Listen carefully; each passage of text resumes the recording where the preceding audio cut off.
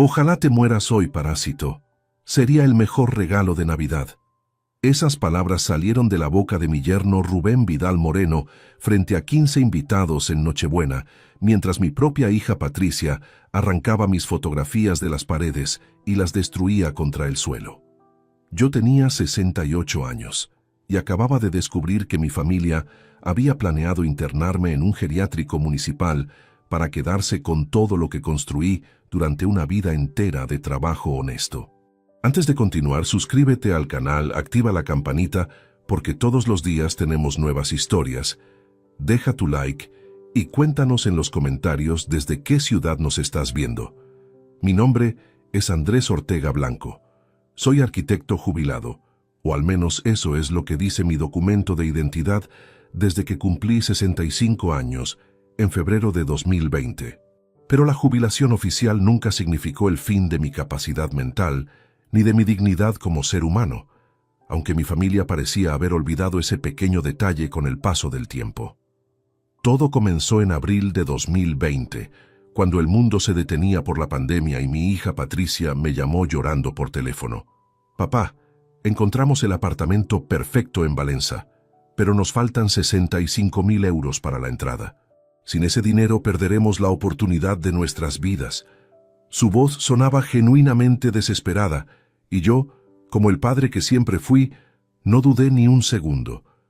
Vendí algunas inversiones que guardaba para mi vejez y transferí el dinero completo en menos de una semana. Rubén incluso vino personalmente a mi antigua casa en Castellón para agradecerme con un abrazo que en ese momento me pareció sincero. «Don Andrés, nunca olvidaremos esto. Usted siempre tendrá un hogar con nosotros». Qué ingenuo fui al creer en esas palabras como si fueran un contrato blindado por el amor filial. En junio de ese mismo año, vendí mi casa de Castellón, ese lugar donde Patricia creció, donde su madre falleció de cáncer en 2014, donde cada rincón guardaba memoria de familia feliz que alguna vez fuimos. Me mudé oficialmente al apartamento de Valencia en julio de 2020, ocupando la habitación pequeña del fondo que ellos llamaban cuarto de invitados, pero que se convirtió en mi único espacio en el mundo. 120 metros cuadrados de apartamento moderno en el barrio de Ruzafa, con 2 baños completos, cocina amplia y balcón con vista parcial al jardín del Turia. Era bonito, no lo negaré, pero nunca sentí que fuera realmente mi hogar. Los primeros meses fueron tolerables. Patricia trabajaba como administrativa en una empresa de seguros, salía temprano y regresaba cansada pero amable. Rubén dirigía una pequeña consultoría empresarial que, según él, estaba en proceso de expansión constante. Cenábamos juntos los viernes, veíamos películas algunos domingos, manteníamos la apariencia de familia funcional, pero las grietas comenzaron a mostrarse sutilmente a partir de 2021. Primero fueron los comentarios disfrazados de bromas. «Andrés, ¿otra vez olvidaste cerrar el grifo del baño? ¿Seguro que estás bien de la cabeza?» O «Papá, ya te explicamos 3 veces cómo funciona el televisor nuevo. ¿No será que necesitas chequeo médico?» Yo, que había diseñado edificios completos, usando programas de computadora complejos durante 40 años de carrera profesional, supuestamente no podía manejar un control remoto básico.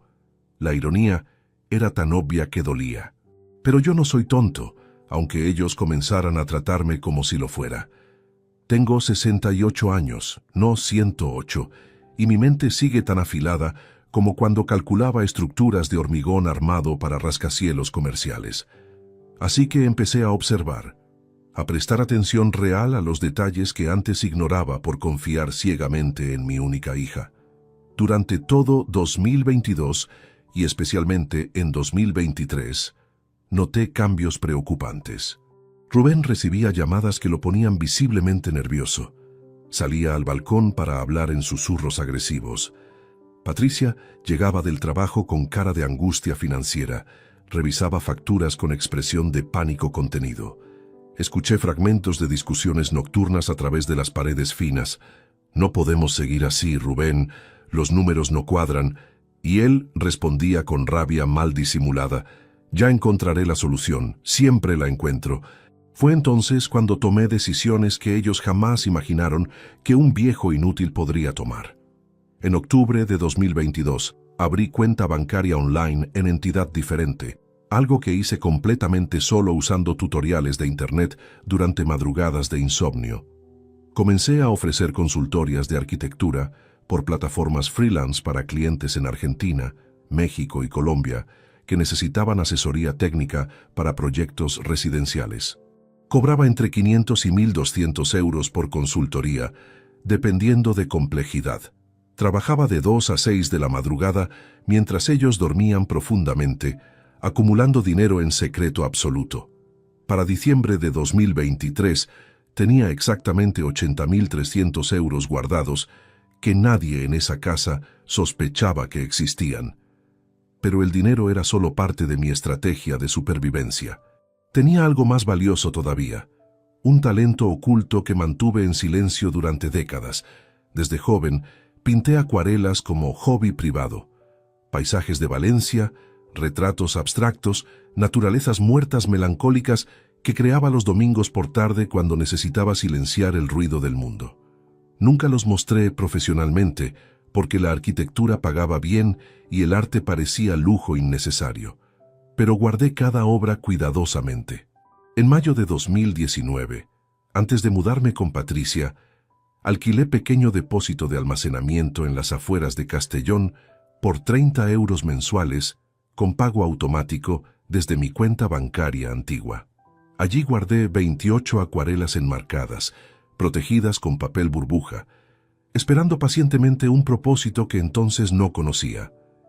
Y ese propósito apareció en forma de mensaje de Instagram el 15 de diciembre de 2023. Andrés, ¿eres tú? Soy Isabel Campos, ¿te acuerdas de mí de la universidad? Vi las acuarelas que publicaste, son extraordinarias. Tengo galería en Barcelona y me encantaría hablar contigo sobre posible exposición. Quedé paralizado leyendo esas palabras en la pantalla de mi celular viejo. Isabel Campos Ruiz, compañera de primer año de carrera en 1976, ahora galerista, reconocida en el circuito artístico catalán. Había publicado 3 de mis acuarelas casualmente, en mi perfil casi vacío, sin esperar absolutamente nada. Y ahora ella, alguien con credibilidad real en mundo del arte, me ofrecía oportunidad que parecía sacada de sueño imposible. Respondí con manos temblorosas: Isabel, por supuesto que te recuerdo. Me sorprende muchísimo tu interés. Tengo más obras guardadas. ¿Podríamos conversar con calma?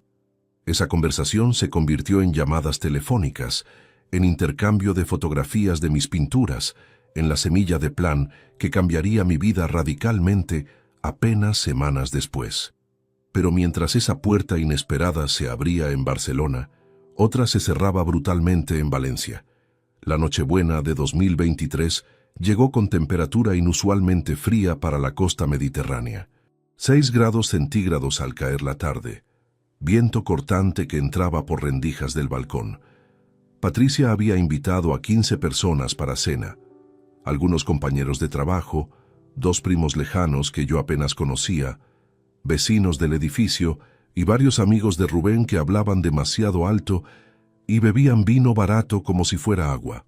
La mesa estaba decorada con centros navideños rojos y dorados. Villancicos sonaban desde altavoz Bluetooth. Todo parecía celebración familiar perfecta para ojos externos. Pero yo había aprendido a leer entre líneas de esa farsa cuidadosamente construida. Vi las cajas de cartón apiladas discretamente detrás del sofá del salón, etiquetadas con marcador negro. Vi los susurros entre Patricia y Rubén cuando pensaban que yo no prestaba atención. Vi la forma en que mi yerno me miraba con desprecio mal disimulado mientras servía pavo relleno en platos de cerámica blanca. Algo terrible estaba por suceder. Yo lo sabía con certeza absoluta que solo da experiencia de casi 7 décadas de vida. Y no me equivoqué. La cena comenzó a las 9 de la noche con aparente normalidad. Rubén sirvió vino tinto en copas grandes, mientras Patricia traía bandejas de entrantes, jamón ibérico, quesos variados, aceitunas rellenas.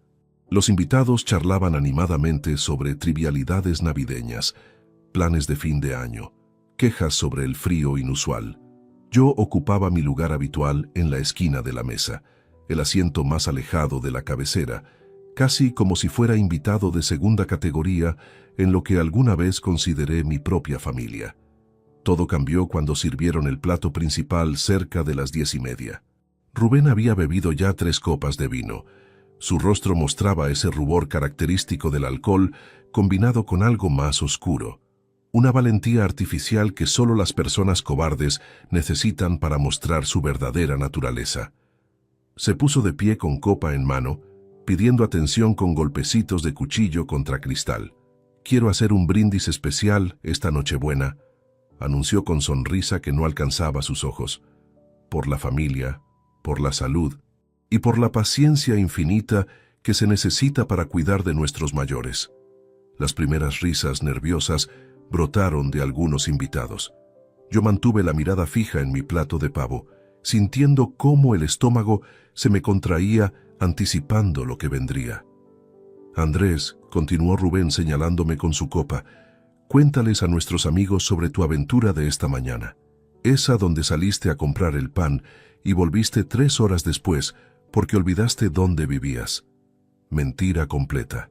Yo había ido a la farmacia por mis medicamentos para la presión arterial y regresé en 40 minutos exactos. Pero él construía narrativa alternativa frente a testigos, pintándome como anciano senil que pierde la noción de realidad. «Eso no es exacto», intenté defenderme con voz calmada. «Fui a la farmacia de la calle Colón porque mi farmacia habitual estaba cerrada por inventario. Tardé más porque había cola larga». «Claro, claro», interrumpió Patricia desde su silla con tono condescendiente que utilizan las madres con niños pequeños. «Pero también olvidaste tomarte las pastillas esta mañana otra vez, ¿verdad, papá? Tuve que recordártelo cuando llegaste». Otra mentira. Yo tomaba mis medicamentos con disciplina militar cada día a las 8 en punto de la mañana. Llevaba registro escrito en libreta que guardaba en mi mesita de noche. Los invitados intercambiaban miradas incómodas. Algunos sonreían sin saber bien cómo reaccionar ante ese ataque disfrazado de preocupación familiar. Rubén no había terminado. Volvió a sentarse, cortó un pedazo de pavo y continuó. «La semana pasada, don Andrés dejó la llave del gas abierta durante 2 horas. ¿Se imaginan? Pudimos morir todos intoxicados mientras él veía la televisión sin darse cuenta de nada. Mi sangre hirvió. Eso era fabricación absoluta. Nunca había dejado el gas abierto en toda mi vida. Soy arquitecto jubilado. Pasé 40 años preocupándome por seguridad estructural y normativas de construcción. La idea de ser descuidado con gas doméstico era insulto a mi inteligencia profesional. Eso jamás sucedió», dije con firmeza, alzando ligeramente la voz. «Estás inventando situaciones que no ocurrieron, Rubén. ¿Ves?». Patricia intervino mirando a los comensales con expresión teatral de angustia. «Últimamente papá se pone agresivo cuando le señalamos sus errores. El médico dice que es normal en su condición. Jamás había visitado médico alguno que diagnosticara condición alguna relacionada con demencia. Mi último chequeo general había sido en septiembre de 2023. Presión arterial controlada, colesterol ligeramente elevado pero manejable, función cognitiva perfectamente normal, según los tests básicos que me hicieron. Ellos estaban construyendo caso falso de deterioro mental frente a testigos, y yo comprendí con claridad devastadora que esto era preparación para algo mucho peor. Un primo lejano de Patricia, hombre calvo de unos 50 años llamado Esteban, intentó cambiar de tema. «Bueno, ¿quién quiere más vino? Esta marca de Rioja está excelente». Pero Rubén no permitiría que su espectáculo quedara inconcluso. Se sirvió 4ª copa, bebió largo trago y entonces su máscara de civilidad cayó completamente. «¿Saben cuál es el problema real?», preguntó a la mesa con voz cada vez más alta. «Que los viejos no entienden cuándo es momento de hacerse a un lado. Se aferran a todo, a sus casas, a su dinero, a la atención de sus hijos, sin importarles que arruinan la vida de quienes los rodean». El silencio en la mesa se volvió espeso, incómodo. Alguien tosió, Una vecina del cuarto piso, llamada Mercedes, dejó de masticar y miró su plato con intensidad fingida. «Rubén, por favor», murmuró una amiga de Patricia, llamada Rosa, claramente avergonzada. Pero él estaba lanzado, embriagado de alcohol y resentimiento acumulado. Se puso nuevamente de pie, esta vez con movimientos menos coordinados, y caminó hacia donde yo estaba sentado. Se inclinó sobre mí con aliento a vino agrio y pronunció las palabras que quedaron grabadas a fuego en mi memoria. «Ojalá te mueras hoy, parásito. Sería el mejor regalo de Navidad». El mundo se detuvo por 3 segundos eternos. 15 personas conteniendo la respiración. El villancico de fondo sonando obscenamente alegre. Mi corazón latiendo con fuerza dolorosa contra las costillas. Entonces Patricia, mi única hija, la niña que mecí en brazos cuando nació en 1982, la joven a quien pagué universidad completa, la mujer por quien vendí mi casa y entregué mis ahorros de vida entera, se levantó tambaleándose por el vino y comenzó a reír. Una risa aguda, casi histérica. «Por Dios, Rubén, no seas tan dramático», dijo entre carcajadas. «Aunque tiene razón en algo, papá, estamos cansados, muy cansados». Otros invitados empezaron a reír también, nerviosos, sin saber si era broma cruel o situación seria. Esteban soltó risita incómoda. Rosa sonrió mirando su copa. La presión social de grupo funcionaba perversamente, normalizando lo anormal. Patricia caminó hacia la pared del salón, donde colgaban 3 fotografías mías enmarcadas. Una de mi graduación universitaria en 1980, otra de mi boda con su madre en 1981 y una tercera de ella y yo cuando tenía 5 años, sonriendo en la playa de Benicassim. Sin decir palabra, comenzó a arrancarlas de los clavos.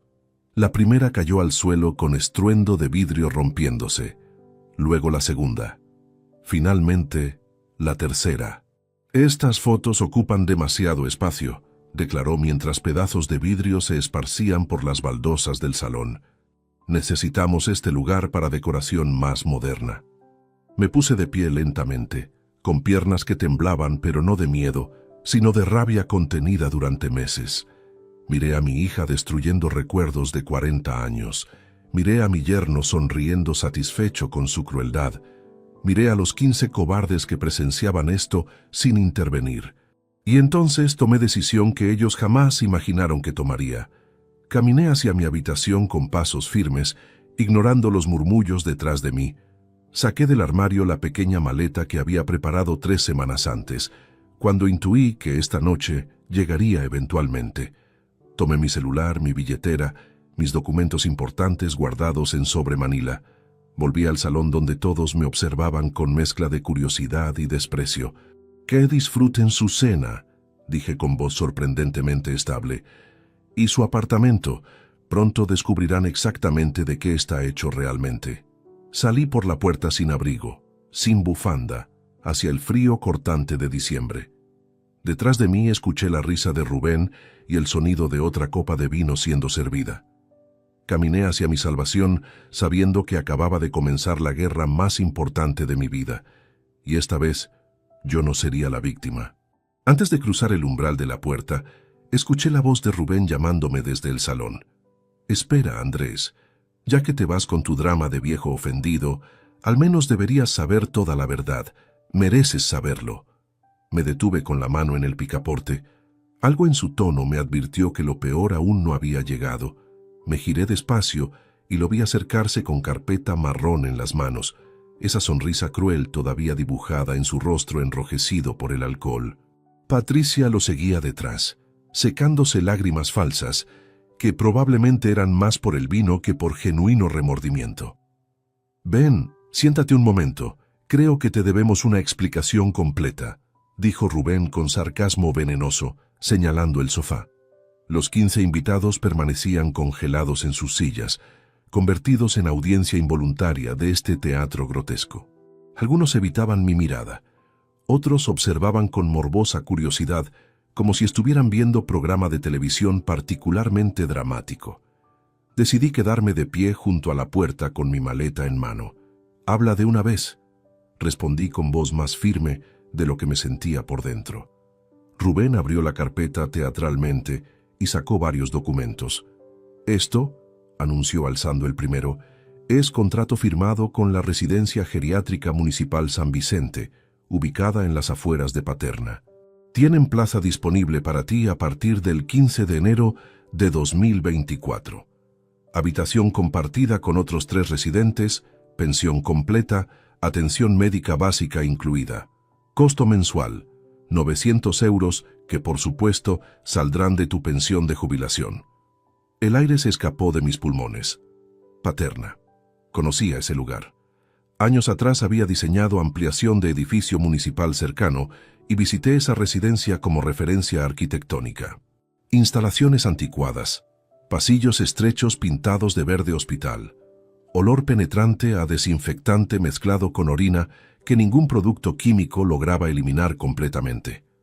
No era hogar, era depósito humano donde familias abandonaban a sus ancianos para olvidarse de ellos hasta que la muerte llegara misericordiosamente. «Estás mintiendo», logré articular, aunque mi garganta se cerraba. «No pueden internarme sin mi consentimiento. Tengo 68 años y plenas facultades mentales». Patricia dio paso adelante, con expresión que pretendía ser compasiva, pero solo conseguía parecer condescendiente. «Papá, por eso preparamos todo legalmente. Mira». Tomó otro documento de manos de Rubén y me lo mostró desde distancia prudente, como si temiera que yo pudiera arrancárselo. Este es informe psicogeriátrico del Dr. Ramírez Soto, certificando deterioro cognitivo progresivo que requiere supervisión permanente. Y este otro, continuó sacando tercer papel, es tu firma autorizando voluntariamente el ingreso a institución especializada. Me acerqué 3 pasos. Arrebaté los documentos de sus manos y los examiné bajo luz del salón. El informe médico tenía membrete oficial, sello institucional, firma ilegible. Describía evaluaciones que supuestamente me habían realizado en noviembre. Test de memoria con resultados deficientes, desorientación temporal espacial, incapacidad para manejar finanzas básicas. Todo absolutamente falso. Jamás había visitado al Dr. Ramírez Soto ni a ningún psicogeriatra.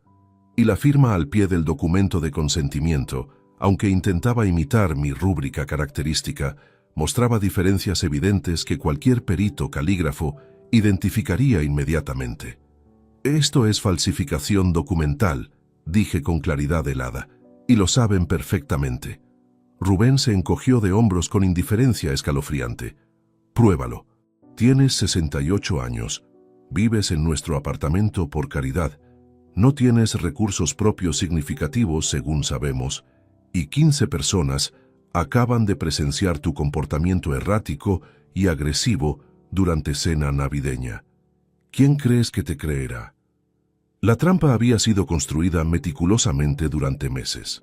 Cada comentario sobre mis supuestos olvidos, cada mención de confusión mental, cada testigo involuntario de esta noche, todo formaba parte de narrativa cuidadosamente diseñada para justificar internación forzada. Pero ellos ignoraban información crucial que yo guardaba celosamente. Y esto, Rubén sacó cuarto documento con floritura triunfal, es contrato de arrendamiento con Marcos Gil Fernández, estudiante de medicina de 23 años que pagará 300 euros mensuales por tu habitación a partir del 1 de febrero. Ya recibimos depósito de 600 euros y primer mes adelantado, 900 euros totales que, francamente, necesitamos con urgencia. Ahí estaba la verdad desnuda. No se trataba de preocupación por mi bienestar o seguridad. Era simple aritmética financiera desesperada. 900 euros mensuales de mi pensión, redirigiéndose a residencia geriátrica, más 300 euros del inquilino, sumaban 1.200 euros extra que ellos controlarían mientras yo languidecía en institución pública, esperando morir olvidado. ¿Y los 65.000 euros que invertí en este apartamento?, pregunté con voz peligrosamente calmada. ¿Qué pasará con ese dinero? Patricia tuvo al menos decencia de parecer ligeramente avergonzada. Papá, ese fue regalo, ayuda familiar. No puedes reclamarlo ahora solo porque te ofendiste por bromas inocentes de Nochebuena. No fue regalo, respondí sosteniendo su mirada. Fue inversión documentada con transferencia bancaria registrada, donde específicamente indiqué destino del dinero. Tengo copias de todo.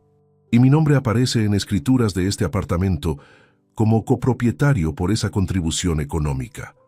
Vi pánico cruzar brevemente el rostro de Rubén. Claramente no había verificado los documentos con tanto cuidado como creía. Eso no significa nada. Puedes estar en papeles, pero no tienes capacidad legal de reclamar por tu condición mental deteriorada. Mi condición mental está perfecta y puedo probarlo con evaluaciones independientes cuando sea necesario, afirmé con firmeza. Pero adelante, intenten ejecutar su plan. Veamos qué sucede. Recogí mi maleta nuevamente y caminé hacia la salida. Esta vez Patricia corrió detrás de mí, agarrando mi brazo con fuerza inesperada. ¿A dónde crees que vas? No tienes dinero, no tienes a dónde ir, no conoces a nadie en Valencia fuera de esta casa. Vas a terminar en la calle pasando frío en Nochebuena por tu orgullo estúpido. Me solté de su agarre con movimiento seco. Me subestimas terriblemente, Patricia. Siempre lo han hecho. Ese es su error fundamental. Abrí la puerta y el viento helado de diciembre me golpeó el rostro como bofetada vigorizante. Detrás de mí, escuché a Rubén gritar: «Perfecto, vete y muere congelado en algún portal. Nos ahorrarás 900 euros mensuales de residencia». Las risas ebrias de algunos invitados fueron lo último que oí antes de cerrar la puerta.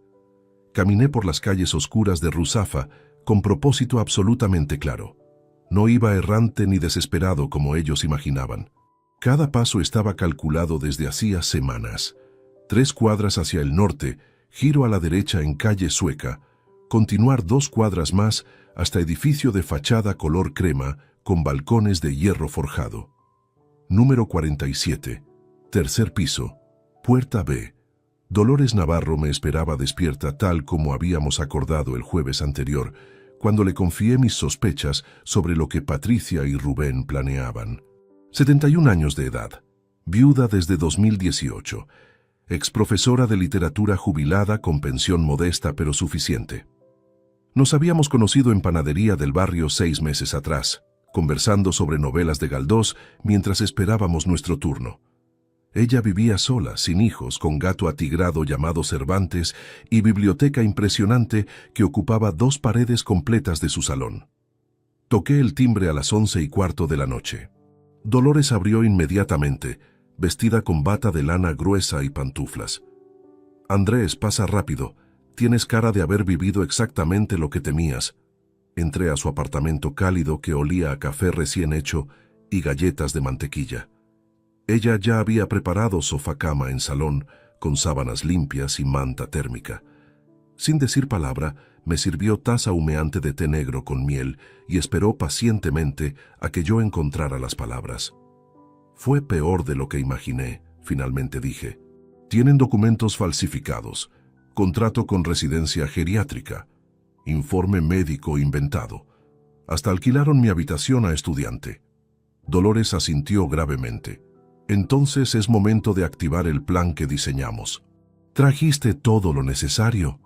Abrí mi maleta y saqué sobre manila grueso conteniendo documentos originales de propiedad, extractos bancarios, grabaciones de audio que había recopilado secretamente durante últimos 2 meses usando aplicación en mi celular, y lista de contactos cruciales encabezada por nombre que cambiaría todo: Javier Montero Ruiz, abogado especializado en derecho civil y familiar.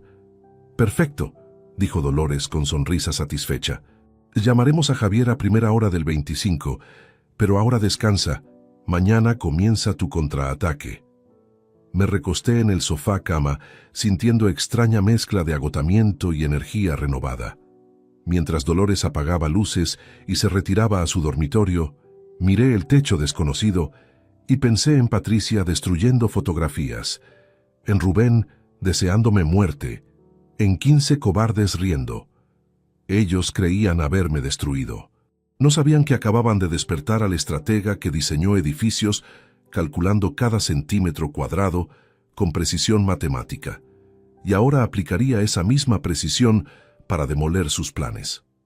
Desperté en el sofá de Dolores a las 5:30 de la madrugada del 25 de diciembre. No había logrado dormir más de 3 horas seguidas. Cada vez que cerraba los ojos, veía el rostro de Patricia arrancando fotografías o escuchaba la voz de Rubén deseándome muerte. Pero no era tristeza lo que sentía ahora. Era claridad mental absoluta, esa lucidez fría que aparece cuando finalmente dejas de negar la realidad y comienzas a actuar. Me levanté sin hacer ruido, preparé café en la cocina diminuta de Dolores y me senté junto a la ventana que daba a la calle Sueca, todavía vacía y oscura. La ciudad dormía su resaca navideña mientras yo revisaba mentalmente cada elemento de mi estrategia, verificando que no hubiera olvidado ningún detalle crucial. Los 65.000 euros. Ese era el núcleo de todo. Saqué mi teléfono y abrí carpeta de documentos digitalizados que guardaba en almacenamiento encriptado. Ahí estaba, transferencia bancaria del 28 de abril de 2020 desde mi cuenta en Banco Sabadell hacia cuenta conjunta de Patricia y Rubén. En concepto claramente especificado, aportación para entrada a apartamento Ruzafa Valencia, inversión patrimonial familiar. No decía regalo, no decía donación, decía inversión. Seguí revisando. Escritura pública del apartamento firmada el 12 de mayo de 2020 ante notario Enrique Gallardo Mendoza. Allí, en página 6, párrafo 3, aparecía mi nombre. Andrés Ortega Blanco, figura como copropietario con participación del 32% del inmueble correspondiente a su aportación económica documentada. Patricia y Rubén tenían el 68% restante, cubierto con hipoteca de 140.000 euros a 30 años plazo. Ellos jamás leyeron esa escritura completa. Rubén firmó apurado porque tenía reunión de negocios esa tarde. Patricia confió ciegamente en gestor inmobiliario que tramitó todo. Yo, en cambio, leí cada palabra de esas 43 páginas con atención de arquitecto acostumbrado a revisar contratos de obra, donde un error de redacción podía costar millones. Y guardé copia certificada en caja fuerte bancaria que alquilé específicamente para eso en sucursal de CaixaBank del centro de Valencia. 500 euros anuales de alquiler que pagaba religiosamente cada febrero. Dentro de esa caja también guardaba copias de todas mis transferencias bancarias, testamento actualizado nombrando a Patricia como heredera universal, pero con cláusulas específicas, póliza de seguro de vida con beneficiario modificable y USB con respaldos digitales completos. Dolores apareció en la cocina pasadas las 6, envuelta en bata gruesa y con Cervantes el gato siguiéndola perezosamente. «Buenos días, Andrés, veo que no descansaste mucho». «Dormí lo suficiente», respondí. «Necesito llamar a Javier Montero lo antes posible. Sé que es día festivo, pero esto no puede esperar». Ella asintió y me pasó su teléfono fijo. «Usa el mío. Mejor que no rastreen tus llamadas desde tu celular por si acaso revisan registros después». Dolores no era abogada, pero había aprendido mucho sobre precauciones legales cuando enfrentó batalla judicial con hermano por herencia de sus padres años atrás.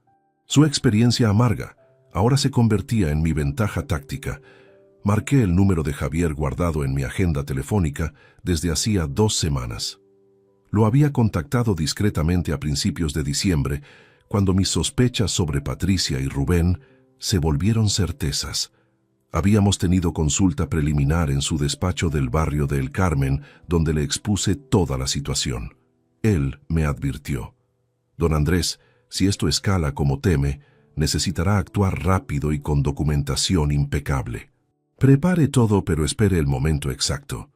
El momento exacto había llegado con brutalidad de martillo, cayendo sobre cristal. Javier contestó al cuarto timbrazo con voz adormilada. «¿Diga?» «Javier, soy Andrés Ortega. Lamento llamar tan temprano en Navidad, pero sucedió exactamente lo que anticipamos. Necesito medidas cautelares inmediatas». Escuché ruido de sábanas moviéndose, agua corriendo.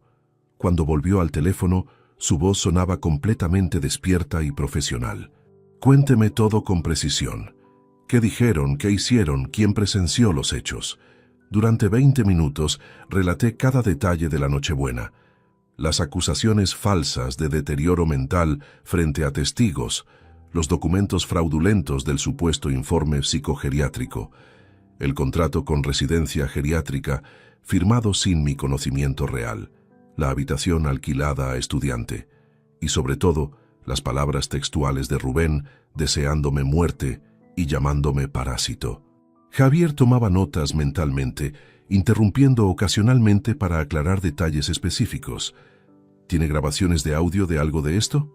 Tengo grabaciones de conversaciones privadas de las últimas 8 semanas donde discuten planes financieros y mencionan deshacerse de mí. También tengo testigo presencial de parte de lo ocurrido anoche. Miré a Dolores, que asentía con determinación. Dolores Navarro, mi vecina, escuchó gritos desde su apartamento y vio cuando salí a la calle sin abrigo en pleno frío. Puede declarar sobre estado emocional visible y circunstancias. Perfecto. Eso suma. Ahora escuche con atención, Andrés.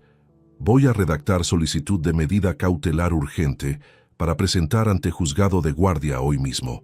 Argumentaremos riesgo inminente de desalojo ilegal, apropiación indebida de patrimonio y posible internación forzada basada en documentación falsificada. Necesito que venga a mi despacho a las 9 en punto con todos los documentos originales. Estaré allí a las 8:45, confirmé. Otra cosa crucial, continuó Javier. No contacte a Patricia ni Rubén, ninguna llamada, ningún mensaje. Silencio absoluto de su parte. Déjelos creer que usted está desamparado vagando por Valencia. Mientras tanto nosotros nos movemos en silencio, preparando el golpe legal. Colgamos y miré a Dolores con gratitud profunda. Gracias por esto. Por creer en mí cuando mi propia familia me descartó como basura. Ella me apretó la mano con fuerza sorprendente para mujer de 71 años. Andrés, he visto demasiados ancianos destruidos por familiares codiciosos. No permitiré que seas uno más de esas estadísticas tristes. Además, añadió con sonrisa pícara, será satisfactorio ver caras de esos miserables cuando descubran que subestimaron completamente al viejo arquitecto. Pasamos las siguientes 2 horas organizando documentación meticulosamente. Dolores me ayudó a crear carpetas separadas, una con pruebas de propiedad del apartamento, otra con evidencias de mi capacidad mental intacta, tercera con grabaciones transcritas, cuarta con información sobre falsificación documental. A las 7:30 recibí mensaje de WhatsApp en mi teléfono. Era de Patricia. Papá, espero que hayas reflexionado. Puedes volver cuando quieras y hablar esto como adultos. Rubén bebió demasiado anoche y dijo cosas que no pensaba realmente. Te queremos y solo buscamos lo mejor para ti. Manipulación clásica. Minimizar abuso como error inducido por alcohol. Ofrecer falsa reconciliación para recuperar control. Presentarse como víctimas preocupadas por mi bienestar. No respondí. Bloqueé el número temporalmente según instrucciones de Javier. A las 8:20 salí del apartamento de Dolores llevando maletín de cuero que ella me prestó conteniendo toda mi artillería documental. Tomé metro desde Estación Bailén hasta Colón. Luego caminé 10 minutos hasta calle Caballeros, donde Javier tenía su despacho en segundo piso de edificio histórico restaurado. Llegué exactamente a las 8:43. Javier ya me esperaba con café recién hecho y expresión de determinación profesional. 42 años, especializado en derecho familiar y patrimonial, con reputación de ser implacable defendiendo ancianos contra abusos de herederos impacientes. Muéstreme todo, dijo abriendo portátil. Durante 40 minutos revisamos cada documento. Javier escaneaba, verificaba autenticidad, cruzaba referencias legales. Su expresión pasó de seria a satisfecha. Andrés, esto es caso sólido. Muy sólido. Ellos cometieron múltiples errores garrafales creyendo que usted era tonto. Falsificación de documentos médicos es delito penal. Intento de apropiación de propiedad mediante engaño es otro. Y tiene testigos de amenazas verbales graves. ¿Qué podemos lograr hoy?, pregunté. Medida cautelar de protección inmediata. prohibición de modificar cerraduras o realizar cambios en el inmueble, bloqueo temporal contra cualquier internación hasta evaluación psiquiátrica independiente que demuestre su plena capacidad. Y lo más importante, impedimento de disponer del apartamento sin su consentimiento expreso. Javier tecleaba rápidamente. El juez de guardia es Mónica Herrera Campos. Conozco su criterio. Toma muy en serio protección de mayores vulnerables. Cuando vea esto, actuará rápido. A las 11 de la mañana estábamos en juzgados presentando solicitud urgente. A las 2 de la tarde recibimos resolución judicial provisional. Todas nuestras peticiones concedidas hasta celebración de vista completa programada para 14 de enero de 2024. Pero faltaba ejecutar la parte más satisfactoria del plan. Javier sonrió como lobo hambriento. Ahora vamos a ese apartamento con oficial judicial y les notificamos personalmente. Quiero ver sus caras. Mientras caminábamos hacia Ruzafa, llamé a Isabel Campos en Barcelona. Contestó alegre. Andrés, feliz Navidad. ¿Recibiste mi email sobre fechas posibles para exposición?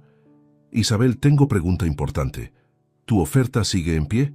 Porque acabo de quedar libre para mudarme a Barcelona cuando sea necesario. Su respuesta fue inmediata y entusiasta. Absolutamente. De hecho, conozco atelier disponible en el Born, perfecto para vivir y pintar.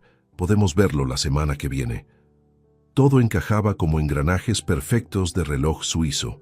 Mientras Patricia y Rubén dormían su resaca navideña, yo había construido futuro completamente nuevo. Y ellos estaban a punto de descubrir que subestimar a un arquitecto de 68 años con mente afilada era el error más costoso de sus vidas miserables. Llegamos al apartamento de Ruzafa exactamente a las 3:15 de la tarde del 25 de diciembre. Javier conducía su Audi gris. Yo iba en asiento del copiloto con carpeta de documentos judiciales en mi regazo. Y detrás venía el oficial judicial Miguel Ángel Torres en su vehículo oficial. El cielo estaba gris plomizo, amenazando lluvia fría que nunca terminaba de caer. Subimos en silencio por las escaleras hasta el tercer piso. Mis piernas temblaban ligeramente, no de miedo sino de anticipación. Iba a mirar directamente a los ojos de quienes me desearon muerte apenas 16 horas atrás, pero esta vez con respaldo legal completo y estrategia demoledora. Javier tocó el timbre. Una vez, 2 veces. Escuchamos pasos arrastrándose perezosamente del otro lado. La puerta se abrió revelando a Rubén en pantalones de pijama y camiseta arrugada, cabello revuelto, ojos hinchados de resaca. Su expresión pasó de irritación a confusión absoluta al vernos. «¿Qué demo?», comenzó a decir, pero Javier lo interrumpió con voz profesional y fría. «Rubén Vidal Moreno, soy Javier Montero Ruiz, abogado representante del señor Andrés Ortega Blanco. Este es Miguel Ángel Torres, oficial judicial del Juzgado de Primera Instancia número 7. Venimos a notificar resolución cautelar urgente emitida esta mañana». Extendió sobre manila oficial con sello judicial visible. Tiene obligación legal de recibirla. Rubén parpadeó varias veces como si estuviera procesando información demasiado compleja para su cerebro embotado por alcohol. Tomó el sobre con manos que temblaban ligeramente. «No entiendo. ¿Resolución judicial? ¿Andrés contrató abogado?». Me miró con mezcla de incredulidad y rabia contenida. «¿Dónde diablos estuviste toda la noche?». Patricia estuvo preocupadísima. Patricia no estuvo preocupada. Respondí con voz tranquila que contrastaba con su nerviosismo evidente. Patricia estuvo calculando cuándo podría alquilar mi habitación al estudiante de medicina y redirigir mi pensión hacia residencia geriátrica. Pero esos planes acaban de complicarse considerablemente. ¿Qué está pasando aquí? Patricia apareció detrás de Rubén, envuelta en bata rosada, cabello recogido en moño desprolijo. Sus ojos estaban rojos, no sé si por llanto o por exceso de vino de anoche. Al verme, su expresión cambió a alivio falso. «Papá, gracias a Dios estás bien. Pensamos que...». Se detuvo al notar presencia del oficial judicial y de Javier. «¿Quiénes son estas personas?». Miguel Ángel Torres dio paso adelante mostrando identificación oficial. Señora Patricia Ortega Vidal, vengo a notificar medida cautelar emitida hoy 25 de diciembre por la jueza Mónica Herrera Campos. Deben leer el documento completo. Tienen derecho a contactar abogado propio si lo desean. Rubén abrió el sobre con movimientos torpes, sacó las 3 páginas de resolución judicial y comenzó a leer. Vi cómo su rostro pasaba de confusión a palidez absoluta. Sus labios se movían silenciosamente, procesando palabras que claramente no esperaba encontrar allí. Patricia le arrebató las hojas y leyó también, sus ojos moviéndose frenéticamente de izquierda a derecha. «Esto es ridículo», estalló Rubén después de terminar. «Dice que no podemos modificar cerraduras del apartamento, que no podemos disponer del inmueble, que queda anulado cualquier intento de internación geriátrica hasta evaluación psiquiátrica independiente. Este es nuestro apartamento. Nosotros pagamos la hipoteca. Ustedes pagan el 68% de la hipoteca», corrigió Javier con precisión quirúrgica. «El señor Andrés Ortega es copropietario legal del 32% del inmueble, según escritura pública de mayo de 2020. Su aportación de 65.000 euros no fue regalo sino inversión patrimonial documentada. Pueden verificarlo con su notario si tienen dudas, aunque sospecho que nunca leyeron escritura completa». Patricia dejó caer las hojas como si quemaran. «Papá, esto es exageración terrible. Podemos hablar, resolver todo en familia. No hacen falta abogados ni jueces. La oportunidad de hablar en familia terminó cuando tu esposo me deseó muerte delante de 15 testigos y tú destruiste fotografías de 40 años mientras planeaban internarme con documentación falsificada». Respondí sin emoción en mi voz. Cada palabra salía medida, controlada. «Ahora esto se resuelve legalmente». «No falsificamos nada», gritó Rubén perdiendo compostura completamente. «El informe del doctor Ramírez es real. Tienes problemas cognitivos evidentes. Olvidaste dónde vivías, dejaste gas abierto, no recuerdas conversaciones. Necesitas supervisión médica». Saqué mi teléfono y abrí aplicación de grabadora. Reproduje audio del jueves anterior, conversación entre Rubén y Patricia que grabé desde mi habitación cuando ellos creían que yo estaba durmiendo siesta. Sus voces salían claramente del altavoz. Voz de Rubén. «El doctor Ramírez me debe favor desde el asunto de su divorcio. Firmará lo que le pidamos. Total, el viejo no va a contratar perito independiente porque no tiene dinero para eso». Voz de Patricia. «¿Estás seguro de que funcionará? Si descubre que falsificamos su firma». Voz de Rubén. «No descubrirá nada, porque para febrero ya estará encerrado en residencia municipal sin acceso a teléfono ni contacto exterior. He investigado bien ese lugar. Es perfecto». Silencio absoluto en el pasillo. Patricia se llevó mano a la boca. Rubén estaba lívido. «Tengo 9 grabaciones similares», continué guardando el teléfono. «Conversaciones de últimas 8 semanas donde planean exactamente cómo apropiarse de mi pensión, vender mi habitación y deshacerse de mí permanentemente. Todo documentado, fechado, respaldado en 3 dispositivos diferentes». Miguel Ángel Torres tomaba notas en su tableta. «Esto constituye evidencia de posible delito de falsificación documental y apropiación indebida. Procederé a informar al juzgado». «Esto es trampa», aulló Rubén. «Grabarnos sin consentimiento es ilegal». Javier sonrió con satisfacción profesional. «En España, grabaciones realizadas por uno de los participantes de conversación son admisibles como prueba cuando existe sospecha fundada de delito en preparación». El señor Ortega estaba protegiendo sus derechos fundamentales contra apropiación patrimonial y privación ilegal de libertad. Totalmente legal. Patricia comenzó a llorar, esta vez lágrimas que parecían genuinas de pánico. «Papá, por favor, cometimos errores terribles, pero somos tu familia. No podemos perder el apartamento. Debemos 140.000 euros de hipoteca todavía. Si esto va a juicio y pierdes...» «Si yo pierdo...» La interrumpí con dureza que nunca había usado con ella. «Patricia, ustedes son quienes van a perder. Ya perdieron mi confianza, mi amor, mi respeto. Ahora veremos qué más pierden cuando juez examine toda evidencia». La resolución cautelar también ordena, continuó Javier consultando copia del documento, que el señor Ortega tiene derecho a cambiar cerradura de acceso al inmueble como medida de protección personal, manteniendo ustedes acceso mediante copia de nueva llave que les será entregada a través de este oficial judicial. Sin embargo, queda terminantemente prohibido modificar esa cerradura nuevamente sin autorización judicial previa. Rubén explotó. No pueden echarnos de nuestra propia casa. No los estoy echando, aclaré, pero tampoco permitiré que me encierren afuera como planeaban hacer mañana o pasado cuando contrataran chavero. Yo vivo aquí legalmente, tengo derechos y los ejerceré completos. Miguel Ángel certificó oficialmente que Patricia Ortega Vidal y Rubén Vidal Moreno habían sido notificados de resolución cautelar a las 15:32 del 25 de diciembre de 2023. Les entregó copias selladas y advirtió sobre consecuencias penales de violar orden judicial.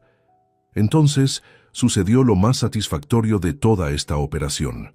Llamé a cerrajero de confianza que Dolores había contactado esa mañana. Antonio Prieto llegó 20 minutos después con herramientas profesionales e instaló cerradura de alta seguridad en menos de 40 minutos. Patricia y Rubén observaban desde sofá del salón, paralizados legalmente de interferir, mientras yo supervisaba trabajo junto al oficial judicial. «Listo», anunció Antonio. 3 llaves maestras, cerradura anti-bumping, antitaladro, con cilindro europeo reforzado. Nadie entra aquí sin estas llaves específicas. Tomé las 3 llaves. Entregué una a Miguel Ángel Torres, quien la guardó en sobre oficial para depositarla en juzgado como garantía.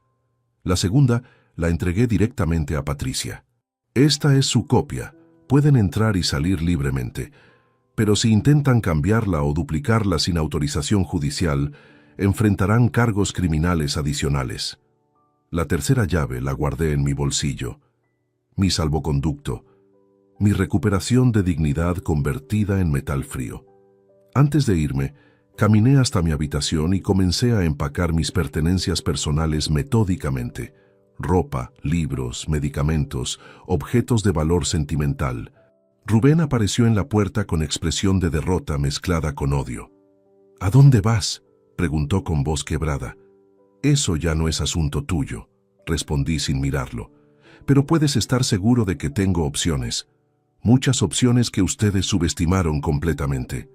Dolores me esperaba abajo con su coche prestado. Cargamos mis maletas en maletero. Mientras cerraba puerta del vehículo, miré hacia arriba.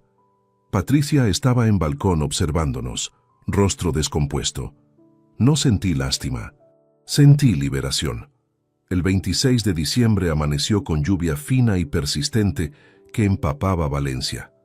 Yo estaba en el apartamento de Dolores tomando desayuno tranquilo de tostadas con aceite de oliva cuando mi teléfono comenzó a sonar insistentemente. Número de Patricia. Dejé que fuera a buzón de voz. Volvió a llamar. Otra vez ignoré. Al tercer intento, Dolores me miró con ceja levantada. «Déjalos sufrir un poco más», dijo ella untando mermelada de naranja en su pan. La desesperación afloja lenguas y revela verdades. Tenía razón, como casi siempre, pero mi curiosidad pudo más. Activé altavoz y contesté sin saludar. «Papá, por fin». La voz de Patricia sonaba frenética, palabras atropellándose unas con otras. «Necesitamos hablar urgentemente. Rubén quiere disculparse personalmente. Anoche estuvo completamente fuera de lugar con todo lo que dijo. El alcohol, el estrés financiero, todo se juntó y...» «Patricia», la interrumpí con tono neutro, «las disculpas no borran documentos falsificados ni planes de internación forzada. Ya no hay nada que discutir entre nosotros fuera del proceso judicial». «Pero somos familia». Su voz se quebró en sollozo que sonaba genuino esta vez. «No podemos resolver esto con abogados y jueces. Por favor, ven a casa. Podemos sentarnos como adultos civilizados y encontrar solución razonable». «Casa», repetí la palabra con amargura. Esa palabra perdió significado cuando me echaron al frío deseándome muerte. Ahora es simplemente inmueble, donde tengo derechos de copropiedad que ejerceré según la ley. Escuché ruido de fondo, forcejeo, y entonces la voz de Rubén tomó el teléfono. Andrés, escúcheme bien. Esto se está yendo de las manos innecesariamente. Cometimos errores, sí, pero usted también está exagerando las cosas. Esas grabaciones fueron sacadas de contexto. Si las presenta en juicio, vamos a contrademandar por invasión de privacidad y... Inténtelo, dije simplemente. Javier Montero estará encantado de defenderse de esa contrademanda mientras presenta los 9 archivos de audio donde planean fraude documental y apropiación patrimonial. Además, añadí con satisfacción fría, tengo algo más que todavía no saben. Silencio al otro lado, luego voz cautelosa de Rubén. ¿Qué quiere decir? Lo descubrirán en su momento adecuado. Ahora tengo asuntos importantes que atender. No vuelvan a llamarme. Colgué antes de que pudieran responder. Dolores aplaudió suavemente. Perfecto. Los tienes exactamente donde los quieres, asustados, confundidos, preguntándose qué más tienes guardado. Lo que tenía guardado era demoledor, pero esperaría momento estratégico para revelarlo. Pasé la mañana del 26 organizando mi siguiente movimiento. Llamé a Isabel Campos en Barcelona. Ella contestó efusiva. Andrés, justo estaba revisando fotografías de tus acuarelas otra vez. Son realmente extraordinarias. ¿Ya pensaste en fechas para venir? Isabel, necesito hacerte pregunta directa. ¿Tu oferta de exposición es seria o solo cortesía profesional? Porque estoy en momento de vida donde necesito honestidad absoluta, sin ambigüedades. Su respuesta fue inmediata y firme. Andrés Ortega, llevo 32 años en mundo del arte. No pierdo tiempo con cortesías. Tus acuarelas tienen calidad técnica impresionante y profundidad emocional que se vende muy bien en mercado actual.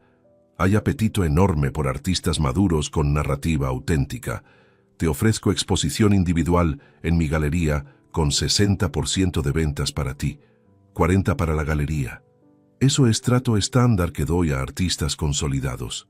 Mi corazón latió más rápido. ¿Cuándo podríamos empezar? Enero. Primera semana, si es posible.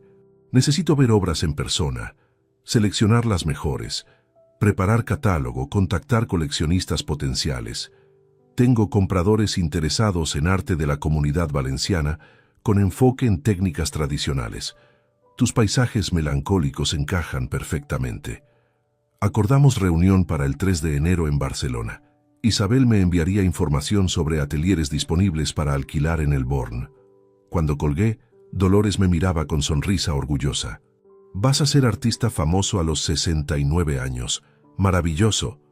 Primero tengo que sobrevivir batalla legal con Patricia y Rubén, respondí pragmáticamente. Pero el universo tenía planes más inmediatos. A las 2 de la tarde, Javier Montero llamó con noticias urgentes. Andrés, Patricia y Rubén acaban de presentar recurso contra la medida cautelar, argumentando que usted representa peligro para sí mismo por supuesto deterioro cognitivo.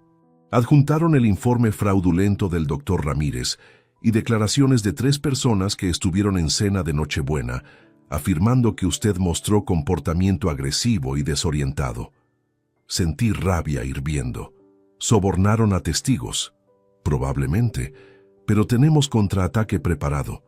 He solicitado evaluación psiquiátrica independiente urgente con doctora Elena Vargas, especialista reconocida en psicogeriatría del Hospital La Fe. Ella hará batería completa de tests cognitivos mañana 27 a las 10 de la mañana. Si demuestra que está perfectamente lúcido, el recurso de Patricia se desmorona y fortalece nuestro caso de falsificación. Al día siguiente, me presenté puntualmente en consulta de la doctora Vargas. Mujer de unos 55 años, cabello gris corto, mirada penetrante, pero amable. Durante 3 horas me sometió a evaluaciones exhaustivas, test de memoria inmediata y diferida, pruebas de orientación temporal y espacial, ejercicios de cálculo mental, análisis de capacidad de razonamiento abstracto, evaluación de funciones ejecutivas. Respondí cada pregunta con precisión, recordé listas de palabras sin error. Dibujé reloj marcando hora específica perfectamente. Resolví problemas matemáticos complejos. Narré eventos de mi vida con detalles cronológicos exactos.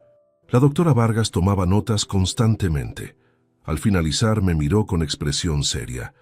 Señor Ortega, voy a ser directa. Su función cognitiva está en percentil 95 para su grupo de edad. Memoria excelente, razonamiento lógico intacto, orientación perfecta. No hay absolutamente ningún indicio de demencia, deterioro cognitivo ni alteración mental de ningún tipo. De hecho, tiene capacidades mentales superiores a promedio de personas 20 años más jóvenes. Respiré profundo sintiendo vindicación absoluta. El informe que me mostraron del doctor Ramírez, continuó ella, es inconsistente con resultados de mis evaluaciones. O bien ese médico es incompetente, o bien el documento es fraudulento. Emitiré informe pericial certificando su plena capacidad mental y recomendaré investigación del origen de ese diagnóstico previo falso. Salí de esa consulta caminando 10 centímetros más alto. Javier presentó el informe de la doctora Vargas ante juzgado esa misma tarde. El 28 de diciembre recibimos notificación. Recurso de Patricia y Rubén rechazado completamente. Medida cautelar confirmada. Y además, jueza Herrera ordenaba investigación formal sobre autenticidad del informe del doctor Ramírez Soto. Patricia me llamó esa noche llorando histéricamente. Papá, por favor. Rubén está desesperado.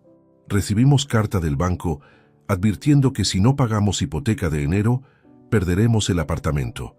Él perdió 2 clientes importantes esta semana por rumores de problemas legales. Su reputación está destruyéndose. Necesitamos resolver esto ya. Deberían haber pensado en consecuencias antes de planear encerrarme en residencia geriátrica robando mi pensión. Respondí sin compasión. Ahora cosechen lo que sembraron. Te odio, gritó ella antes de colgar. Esas palabras deberían haberme dolido. Hace semanas me habrían destrozado, pero ahora solo sentía indiferencia fría. La hija que amé había muerto en algún momento entre codicia y traición. Lo que quedaba era extraña que compartía mi apellido, pero no mis valores. El 30 de diciembre, Javier me citó en su despacho con noticia bomba. Andrés, investigamos al doctor Ramírez Soto. Resulta que fue suspendido temporalmente por el Colegio de Médicos en 2022 por irregularidades en certificados médicos en casos de divorcio contencioso. Rubén lo conoció precisamente en uno de esos casos turbios. El médico firmó informes falsos a cambio de dinero. Tenemos declaración jurada de expaciente dispuesto a testificar sobre ese patrón de comportamiento. Todo encajaba. Rubén había encontrado médico corrupto dispuesto a vender diagnósticos falsos. Pero su avaricia los había llevado a dejar rastro documental que ahora se volvía contra ellos como boomerang letal. ¿Qué sigue?, pregunté. Javier sonrió. Ahora negociamos desde posición de fuerza absoluta. O aceptan nuestros términos, o esto va a juicio donde enfrentarán cargos criminales además de perder el apartamento completamente. El año 2023 terminaba con victoria táctica completa, pero la guerra verdadera apenas comenzaba. Y yo tenía arsenal que todavía no había desplegado. El 3 de enero de 2024 regresé a Valencia desde Barcelona con contrato firmado para exposición en Galería Campos y reserva confirmada de atelier en Carrer dels Mirallers. Isabel había quedado impresionada con las 28 acuarelas que llevé desde depósito de almacenamiento en Castellón. Estas obras cuentan historias completas, había dicho sosteniéndolas cuidadosamente bajo luz natural de su galería. Cada pincelada tiene memoria. Los coleccionistas pagarán bien por esta autenticidad. Pero antes de comenzar nueva vida en Barcelona, necesitaba cerrar capítulo valenciano definitivamente. El 14 de enero teníamos vista judicial completa donde se decidiría futuro del apartamento y posibles cargos criminales contra Patricia y Rubén. Javier me citó en su despacho el 6 de enero con expresión de cazador que finalmente acorrala presa. Andrés, he estado investigando situación financiera de Rubén durante última semana. Lo que descubrí supera mis expectativas más oscuras.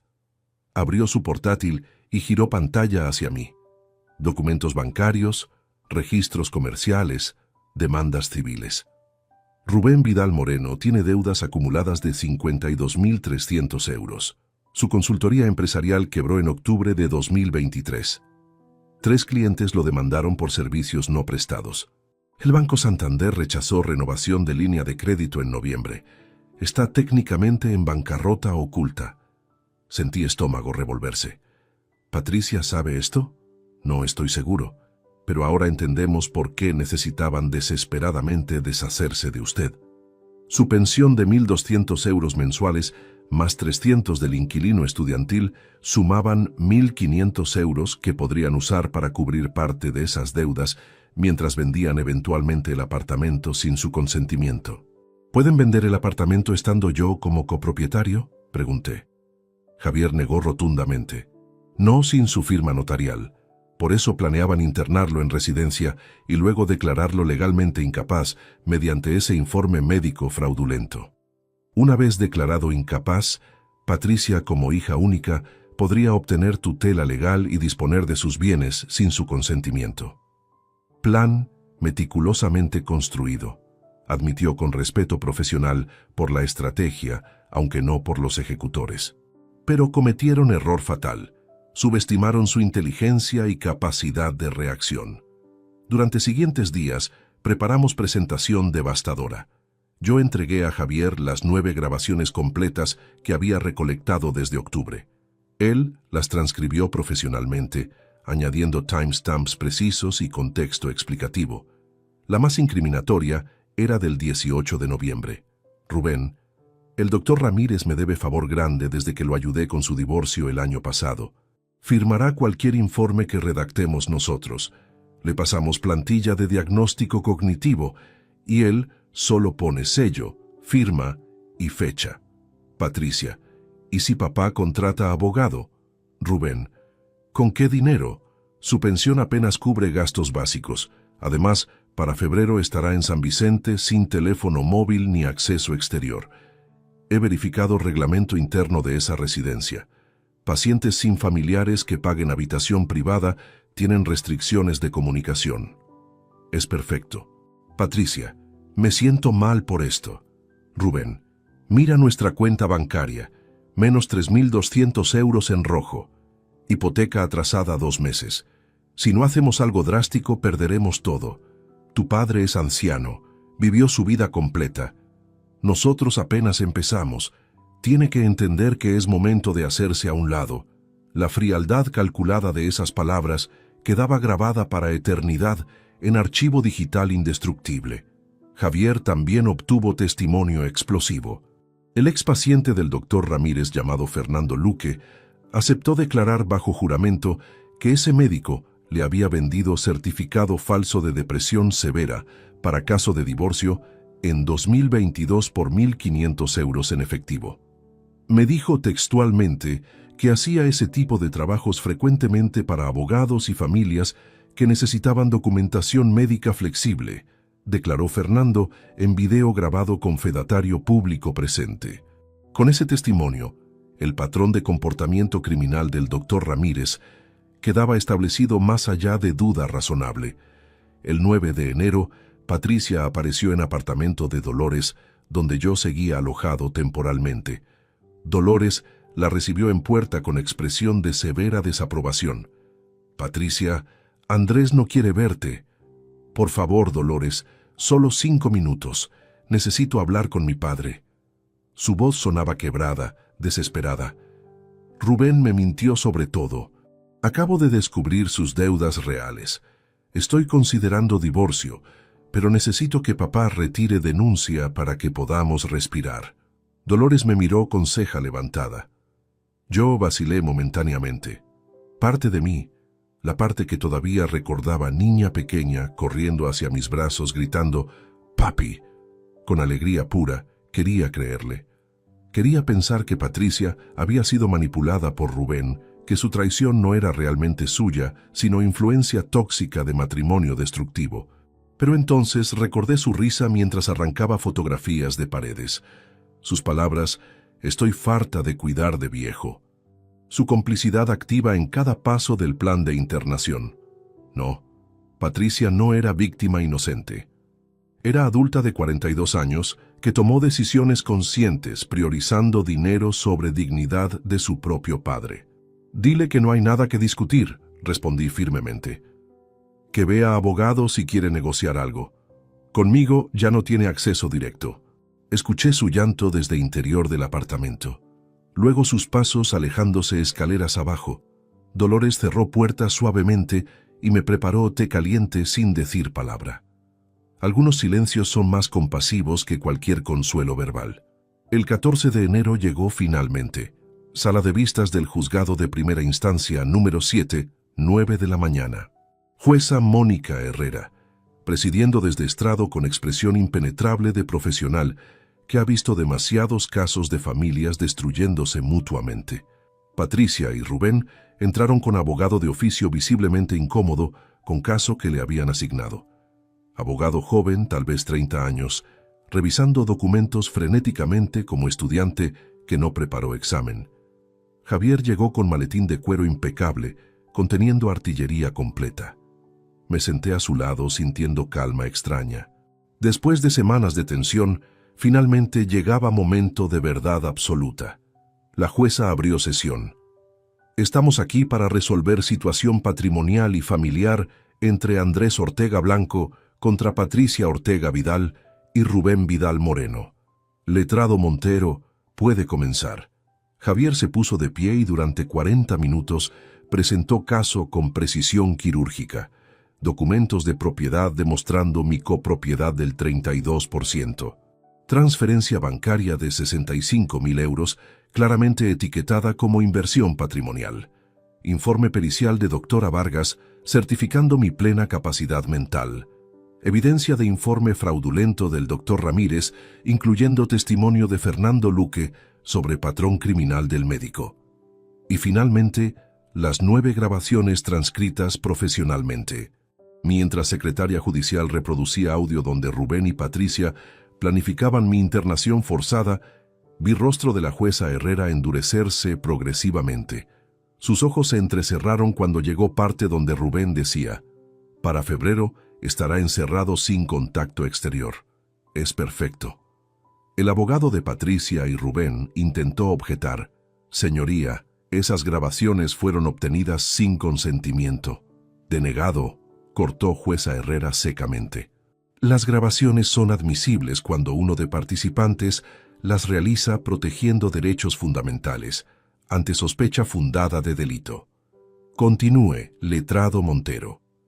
Javier presentó entonces análisis financiero de Rubén, quiebra empresarial, deudas acumuladas, demandas pendientes. Los acusados no buscaban proteger salud del señor Ortega, buscaban apropiarse de su pensión y patrimonio para cubrir bancarrota financiera propia. Es fraude patrimonial, motivado por codicia pura. Patricia lloraba silenciosamente. Rubén mantenía mandíbula apretada, sudor visible enfrente. La jueza Herrera los miró fijamente. ¿Tienen algo que alegar en su defensa? Su abogado tartamudeó respuesta débil sobre malentendidos familiares y buenas intenciones mal ejecutadas. Nadie en esa sala le creyó. Después de receso de 20 minutos, la jueza volvió con sentencia preliminar que me quitó peso de años de encima. Fallo a favor del demandante en todos los puntos. Fallo a favor del demandante en todos los puntos, repitió la jueza Herrera, mientras revisaba sus notas con meticulosidad profesional. La sala quedó en silencio absoluto, excepto por sollozos ahogados de Patricia. Los demandados Patricia Ortega Vidal y Rubén Vidal Moreno deberán pagar solidariamente al señor Andrés Ortega Blanco la cantidad de 130.000 euros, desglosados de siguiente manera. Sentí mi respiración detenerse. 130.000 euros. Cantidad que superaba mis expectativas más optimistas. La jueza continuó leyendo su resolución con voz firme y clara. 65.000 euros correspondientes a devolución inmediata de inversión patrimonial realizada en abril de 2020, más intereses legales acumulados que ascienden a 4.200 euros. Total, 69.200 euros. Además, 60.800 euros en concepto de daños morales, por tentativa de privación ilegal de libertad mediante internación forzada basada en documentación médica fraudulenta, daño psicológico documentado por informe pericial y humillación pública en presencia de múltiples testigos. Rubén se puso de pie bruscamente. Señoría, eso es imposible. No tenemos ese dinero. Nuestras deudas ya superan 50.000 euros. Nos está condenando a bancarrota total. Siéntese, ordenó la jueza con tono glacial. Ustedes planearon apropiarse de pensión y patrimonio del señor Ortega para cubrir sus problemas financieros, producto de su propia irresponsabilidad. Ahora enfrentarán consecuencias legales de esos actos. Tienen 90 días calendario para realizar pago completo. De no cumplirse en ese plazo, se procederá a embargo y subasta pública del inmueble sito en calle Sueca, número 47, para satisfacer la deuda. Patricia gritó: «Ese es nuestro hogar. No pueden quitárnoslo». «Ese inmueble», corrigió la jueza mirándola con severidad, «es propiedad compartida donde el señor Ortega posee participación del 32% legal. Ustedes hipotecaron su futuro intentando robar el presente de su padre. Las consecuencias son enteramente responsabilidad suya». Javier apretó mi hombro discretamente. Victoria completa. Pero la jueza no había terminado. Adicionalmente, remito copia completa de estas actuaciones a Fiscalía para investigación penal por posible delito de falsificación documental, estafa y coacciones. El doctor Ramírez Soto será citado para declarar sobre autenticidad del informe psicogeriátrico presentado. De comprobarse falsificación, enfrentará cargos criminales junto con ustedes como coautores. El abogado de Patricia y Rubén intentó negociar desesperadamente. «Señoría, podríamos acordar plan de pagos fraccionado que...» «El fallo es inapelable en sus términos principales», cortó la jueza. «Pueden solicitar fraccionamiento del pago directamente al demandante si él acepta negociar, pero esa es decisión exclusivamente suya. Este tribunal ha resuelto. Levanto la sesión». Golpe de mazo. Final definitivo. Patricia corrió hacia mí cuando salíamos de sala. Su rostro estaba destrozado, maquillaje corrido por lágrimas, ojos hinchados. «Papá, por favor, sabes que no tenemos 130.000 euros. Nos quedaremos literalmente en la calle.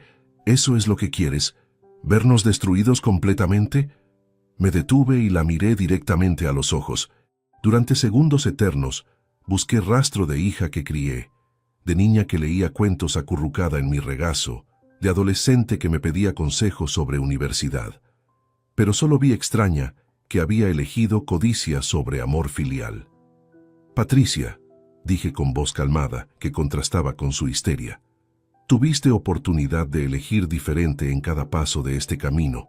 Cuando Rubén propuso falsificar documentos médicos, pudiste negarte. Cuando planearon internarme contra mi voluntad, pudiste defenderme.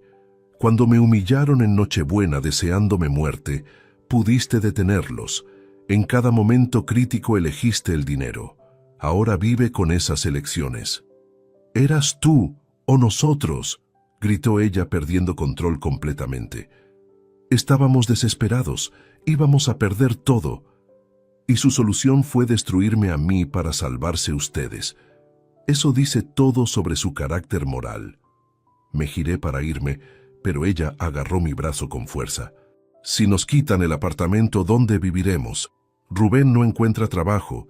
Yo gano 1.100 euros mensuales que apenas cubren comida. Tenemos hipoteca de 1.300 euros mensuales atrasada 3 meses. Sin ese apartamento, seremos indigentes». Rubén se acercó entonces con expresión muy diferente a su arrogancia de Nochebuena. Parecía hombre derrotado de 50 años que ve colapsar su mundo. «Andrés, reconozco que cometimos errores garrafales. Fui yo quien convenció a Patricia de ese plan estúpido. Ella resistió al principio, pero yo la presioné argumentando necesidad financiera urgente. Si hay alguien que merece castigo completo, soy yo, no ella». Casi me conmovió ese intento tardío de caballerosidad. Casi. «Rubén, tú la manipulaste, pero Patricia es adulta de 42 años con libre albedrío. Pudo decir no en cualquier momento. Eligió no hacerlo. Ambos cargan responsabilidad completa. Javier intervino profesionalmente. Señores Vidal, si desean negociar algún tipo de acuerdo, deben contactarme formalmente a través de su abogado. Esta conversación informal no conduce a nada productivo. Salimos del juzgado hacia luz fría de enero. Valencia estaba sorprendentemente despejada después de días de lluvia. Respiré aire limpio, sintiendo liberación física real, como si peso gigantesco hubiera sido removido de mi espalda. «¿Qué harás ahora?», preguntó Javier mientras caminábamos hacia su coche estacionado. «Voy a Barcelona. Tengo exposición que preparar y nueva vida que construir». Saqué teléfono y mostré fotografía del atelier que Isabel me había reservado. 50 metros cuadrados con luz norte perfecta, vista a callejuelas medievales de El Born, alquiler de 700 euros mensuales. Es perfecto. Javier sonrió genuinamente. Pocos clientes míos salen de casos familiares tan destructivos con planes tan positivos. La mayoría queda amargado años. Tú encontraste propósito renovado. Porque decidí hace tiempo que no permitiría que su traición definiera mi futuro. Ellos escribieron ese capítulo horrible de mi historia, pero yo escribo los siguientes capítulos, y serán extraordinarios. Durante siguiente semana, mientras esperaba cumplimiento del plazo de 90 días, recibí 3 llamadas de Patricia suplicando clemencia. Las primeras 2 no contesté, la tercera sí, movido por curiosidad más que compasión. «Papá, hablé con gestor bancario. Podemos conseguir préstamo personal de 30.000 euros si vendemos coche de Rubén y empeñamos joyas de mamá que guardaba. Pero faltan 100.000 euros. Te propongo esto. Perdona esa parte de deuda y nosotros te pagamos los 30.000 en 5 años con interés razonable. Por favor, Patricia, las joyas de tu madre valen aproximadamente 12.000 euros, según tasación que yo mismo hice cuando ella falleció. El coche de Rubén es Seat León de 2019 con 120.000 kilómetros. Vale 8.000 euros máximo en mercado actual. No tienen ni cerca de 30.000 líquidos. Silencio. La había atrapado en mentira desesperada. Además, continué, la sentencia judicial no es negociable. O pagan 130.000 euros en 90 días, o el apartamento se embarga y subasta. Esa es realidad legal. Entonces nos condenas a perder todo, sollozó ella. No, Patricia. Ustedes se condenaron solos cuando planearon encerrarme en residencia geriátrica, robando mi pensión. Yo simplemente ejecuto justicia, que tribunal determinó apropiada. Colgué y bloqueé su número permanentemente. El 23 de febrero, 10 días antes de cumplirse plazo de 90 días, Javier me llamó. Andrés, Patricia y Rubén no han realizado ningún pago, ni siquiera pago parcial simbólico. Han ignorado todas notificaciones. Procederé a solicitar embargo ejecutivo del inmueble. Hazlo, autoricé sin vacilación. El 5 de marzo, oficial judicial colocó notificación de embargo en puerta del apartamento. Patricia y Rubén tenían 30 días para desalojar voluntariamente antes de desalojo forzoso. La subasta pública del inmueble estaba programada para 22 de abril. Ese mismo día, recibí mensaje inesperado de primo Esteban, el hombre calvo que había estado en cena de Nochebuena. Andrés, sé que no tengo derecho a pedirte nada después de presenciar esa noche sin defenderlo, pero Patricia me pidió que intercediera. Está realmente desesperada. ¿Hay forma humana de resolver esto? Respondí brevemente. La forma humana habría sido no desearme muerte públicamente y no planear robarme mi dignidad y libertad. Ahora solo queda forma legal. Los 90 días se cumplieron. El apartamento entró en proceso de embargo oficial, y yo estaba en Barcelona, preparando inauguración de exposición que cambiaría mi vida para siempre. Barcelona me recibió con sol brillante de finales de enero, que contrastaba dramáticamente con días grises que dejaba atrás en Valencia. Llegué a estación de Sants con 2 maletas grandes conteniendo mi ropa y pertenencias personales, más caja de cartón reforzado protegiendo las 28 acuarelas que representaban 40 años de trabajo silencioso y pasión oculta. Isabel Campos me esperaba en andén con sonrisa amplia y energía contagiosa. 65 años, cabello plateado corto con estilo moderno, vestida con pantalón negro y blusa color azul eléctrico. Lucía exactamente como recordaba de universidad, pero con confianza adicional que dan décadas de éxito profesional. Andrés Ortega, déjame ver esas obras inmediatamente. Fueron sus primeras palabras después de abrazo breve. Nada de cortesías innecesarias. Pura eficiencia profesional mezclada con entusiasmo genuino.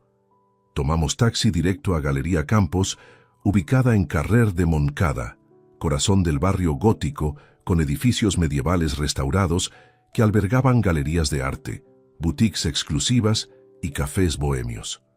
El local de Isabel ocupaba planta baja de palacio del siglo XVI, con techos altos, paredes blancas impecables e iluminación diseñada específicamente para resaltar obras expuestas. Extendimos las 28 acuarelas sobre mesa larga en sala trasera, reservada para evaluación privada. Isabel colocó lámpara especial que simulaba luz natural y comenzó examen meticuloso de cada pieza, usando lupa ocasionalmente para estudiar técnica de pincelada. Esta, dijo levantando acuarela de Costa Valenciana al atardecer que pinté en 2006, tiene melancolía hermosa. Colores apagados, pero no deprimentes. Nostalgia contenida en cada trazo. Pasó a siguiente. Retrato abstracto de mujer que obviamente era mi difunta esposa, aunque rasgos estuvieran difuminados intencionalmente. Amor y pérdida. Se siente visceralmente. Durante 2 horas evaluó técnica, composición, narrativa emocional. Finalmente, se recostó en silla con expresión satisfecha.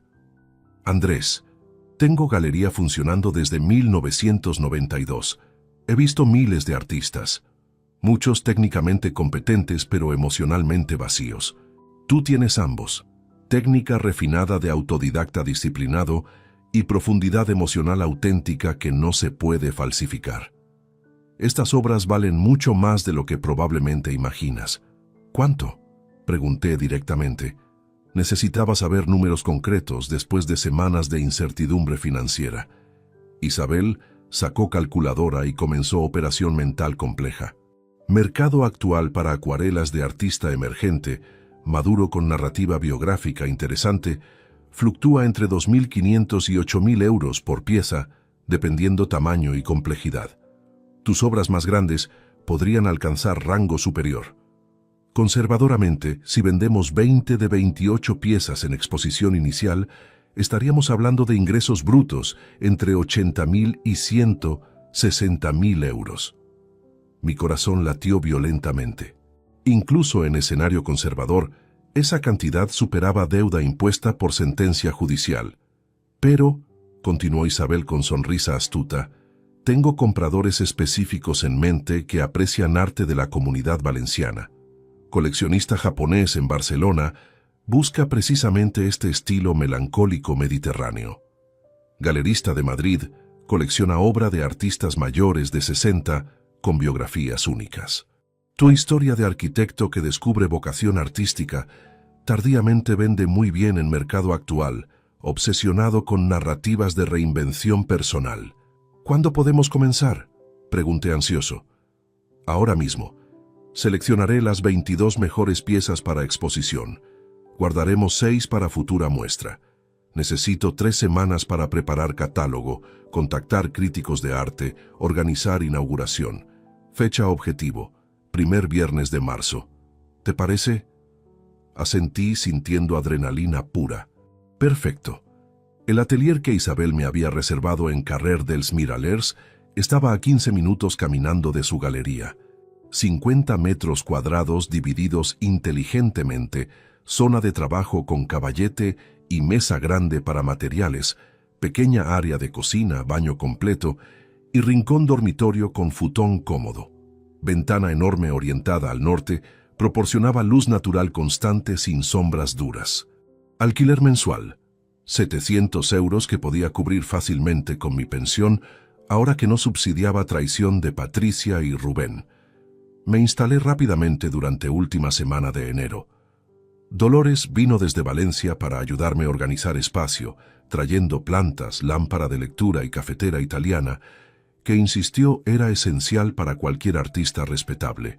«Barcelona te sienta bien», comentó mirándome preparar primera acuarela nueva en mi atelier.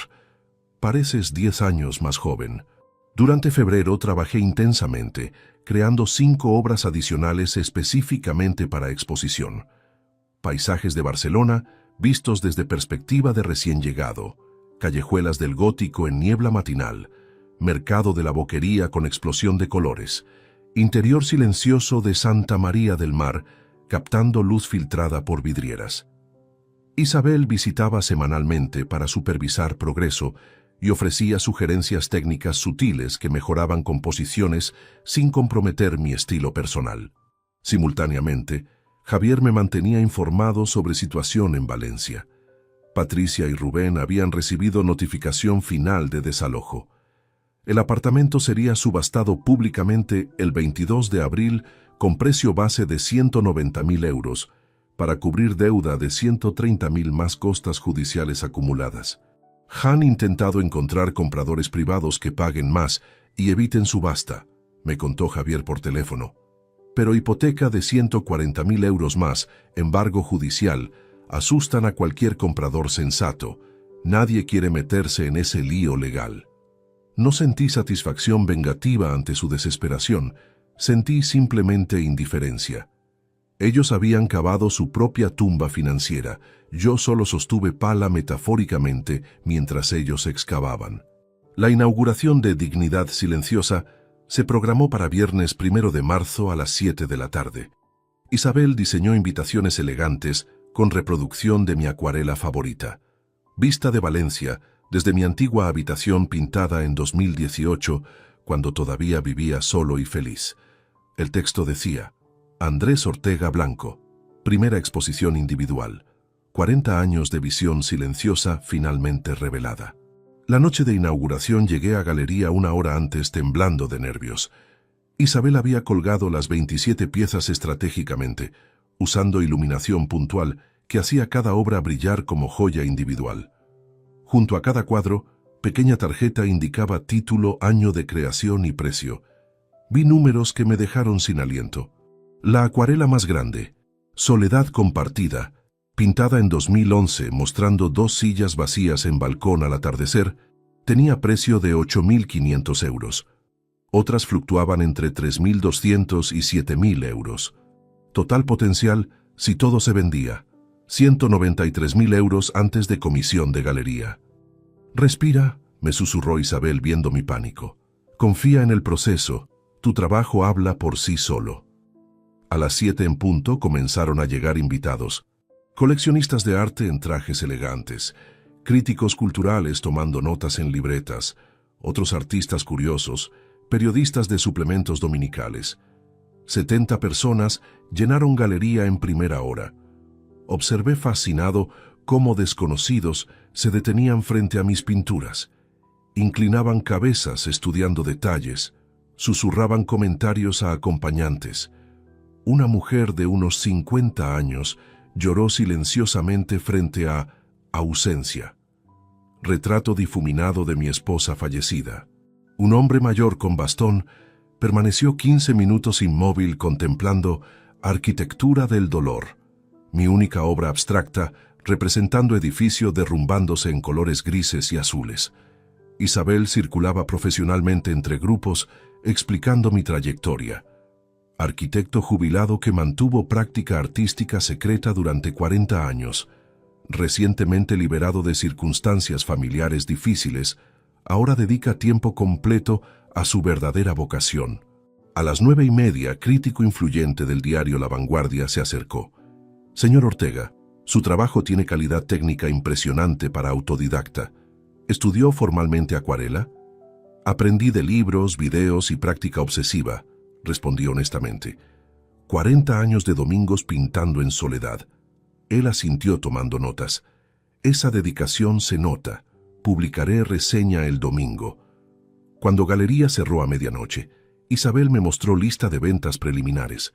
28 obras expuestas, 23 vendidas esa misma noche con depósitos confirmados. Total, 190.400 euros brutos, 60% para mí, 114.240 euros netos. Me senté en silla mareado por realidad imposible. A los 69 años, había ganado en una noche más dinero que muchos años completos trabajando como arquitecto. «Bienvenido al mundo del arte profesional, Andrés», dijo Isabel, brindando con copa de cava. Barcelona me había dado renacimiento, que Valencia intentó negarme.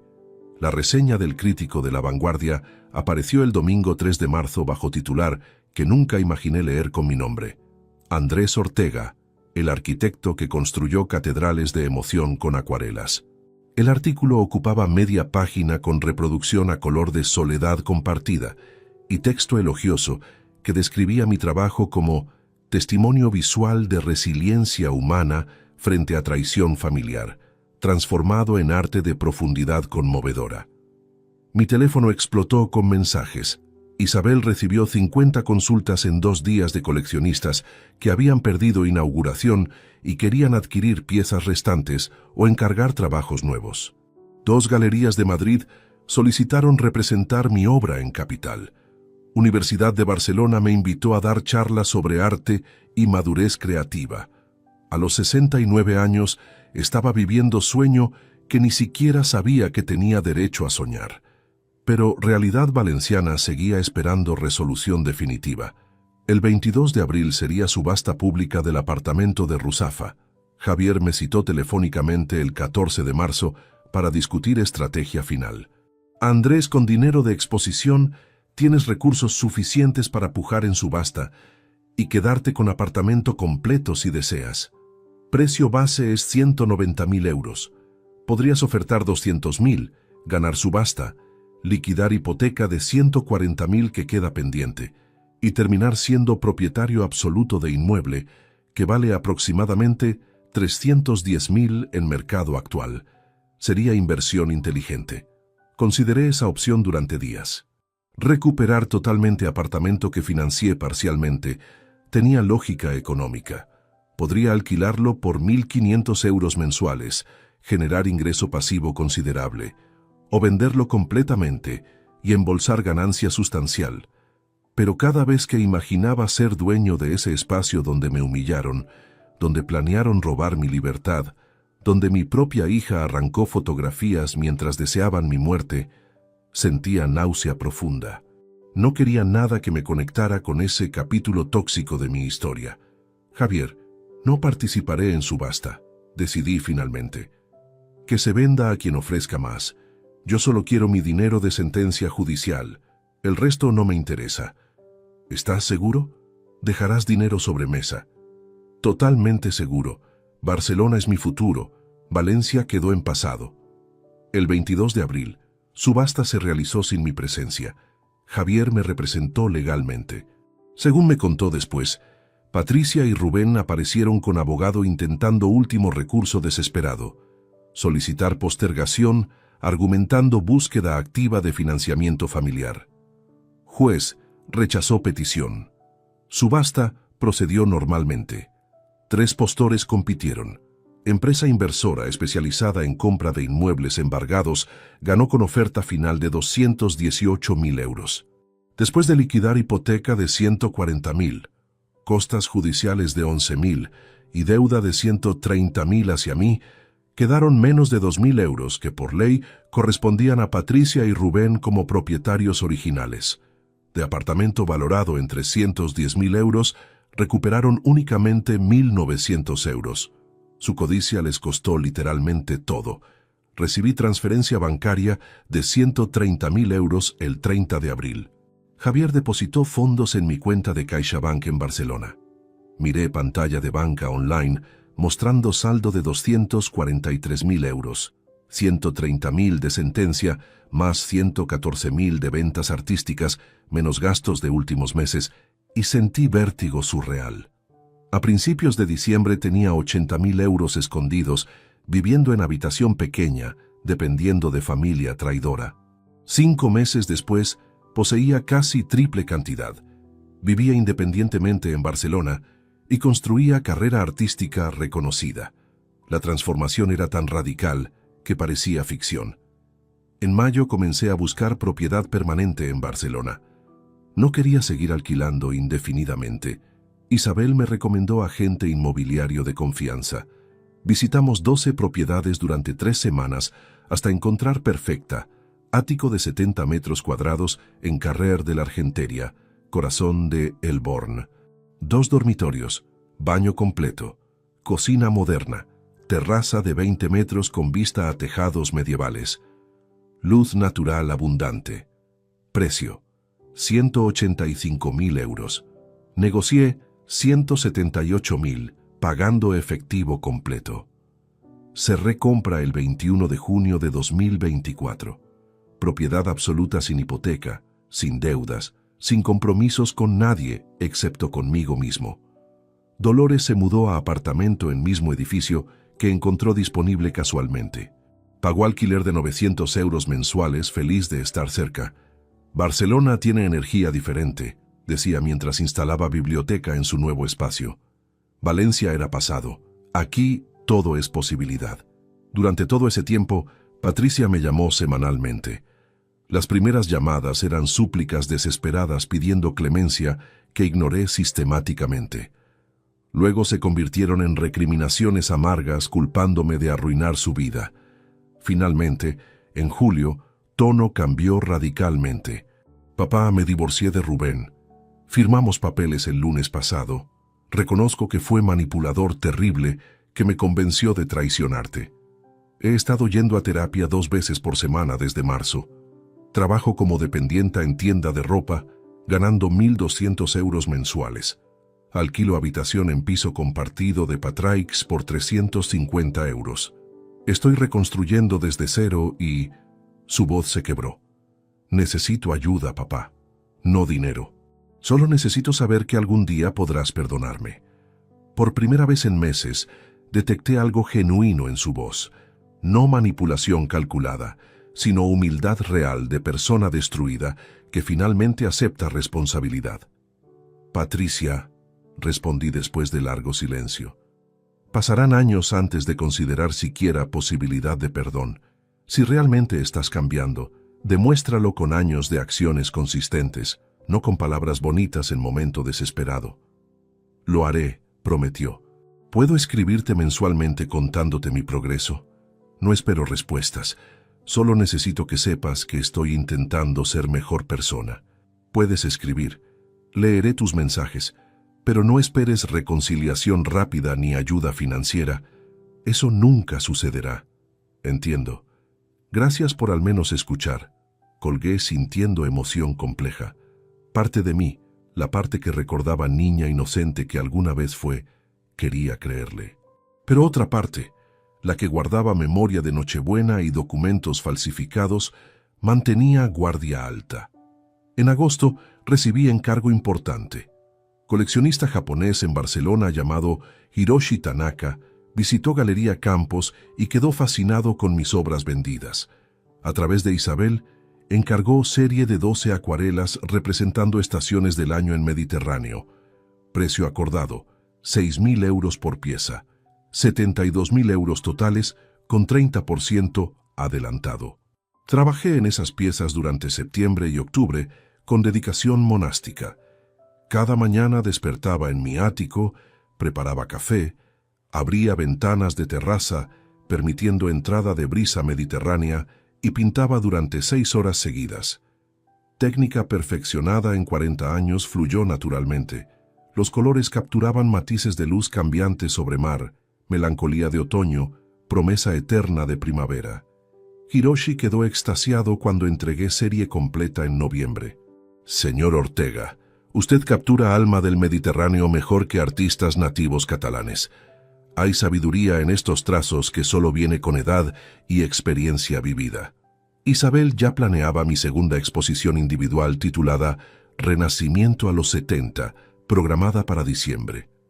Esta vez incluiría 30 obras nuevas creadas completamente en Barcelona, representando mi transformación de víctima familiar a artista liberado.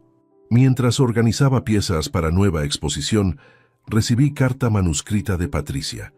3 páginas escritas prolijamente contando detalles de su terapia, admitiendo errores específicos, aceptando responsabilidad sin excusas.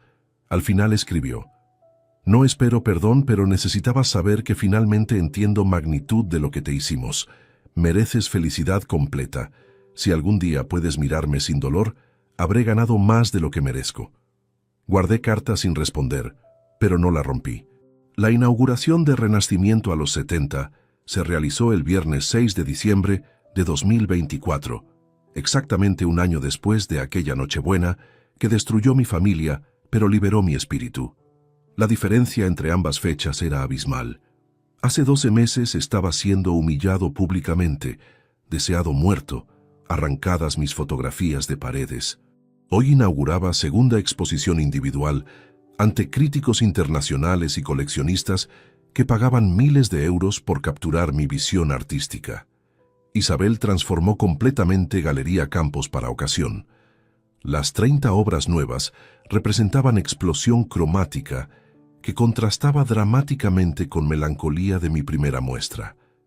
Ya no pintaba desde dolor, sino desde celebración de renacimiento. Amanecer en el Born mostraba luz dorada filtrándose entre edificios medievales en tonos naranjas y amarillos vibrantes. Liberación era autorretrato abstracto, donde figura humana emergía de grises hacia azules brillantes mediterráneos. Cada pieza gritaba libertad conquistada. La galería se llenó con 120 invitados. Reconocí rostros de inauguración anterior más muchos nuevos. Periodista del País, curador del MACBA, 3 galeristas de París que Isabel había contactado estratégicamente y, sorpresivamente, el alcalde de Barcelona, quien apareció brevemente para saludar y posar fotografías junto a mis obras. «Señor Ortega», dijo estrechando mi mano con firmeza. Su historia de reinvención personal a los 69 años es inspiración para cualquiera que crea que vida tiene fecha de vencimiento. Barcelona está orgullosa de tenerlo como ciudadano y artista. Sus palabras resonaron profundamente. Un año atrás era parásito que debía desaparecer. Ahora era ciudadano valorado, cuyo trabajo cultural enriquecía ciudad que me adoptó generosamente. Dolores circulaba entre invitados con orgullo maternal evidente, contándole a quien quisiera escuchar sobre mi transformación. Cervantes había venido también, transportado en bolso especial, supervisando evento desde esquina tranquila. «Tu gato tiene mejor vida social que yo tenía hace un año», bromeé con Dolores durante breve pausa. «Todos la tenemos», respondió ella apretando mi brazo. «Porque elegiste dignidad sobre victimización. Esa elección cambió todo». Para medianoche, 27 de 30 obras habían vendido. Total bruto, 213.000 euros. Mi parte después de comisión, 127.800 euros. En 9 meses de carrera artística profesional, había generado más de 240.000 euros, sumando ambas exposiciones. A los 70 años recién cumplidos en febrero pasado, poseía seguridad financiera que arquitectura jamás me proporcionó. Pero dinero era secundario.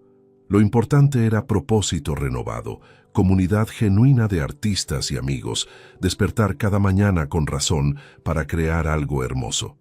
Los días siguientes fueron torbellino de entrevistas mediáticas. Suplemento dominical de La Vanguardia publicó perfil extenso titulado Andrés Ortega. La venganza más dulce es vivir bien. El artículo narraba mi historia completa: traición familiar, batalla judicial, descubrimiento artístico tardío.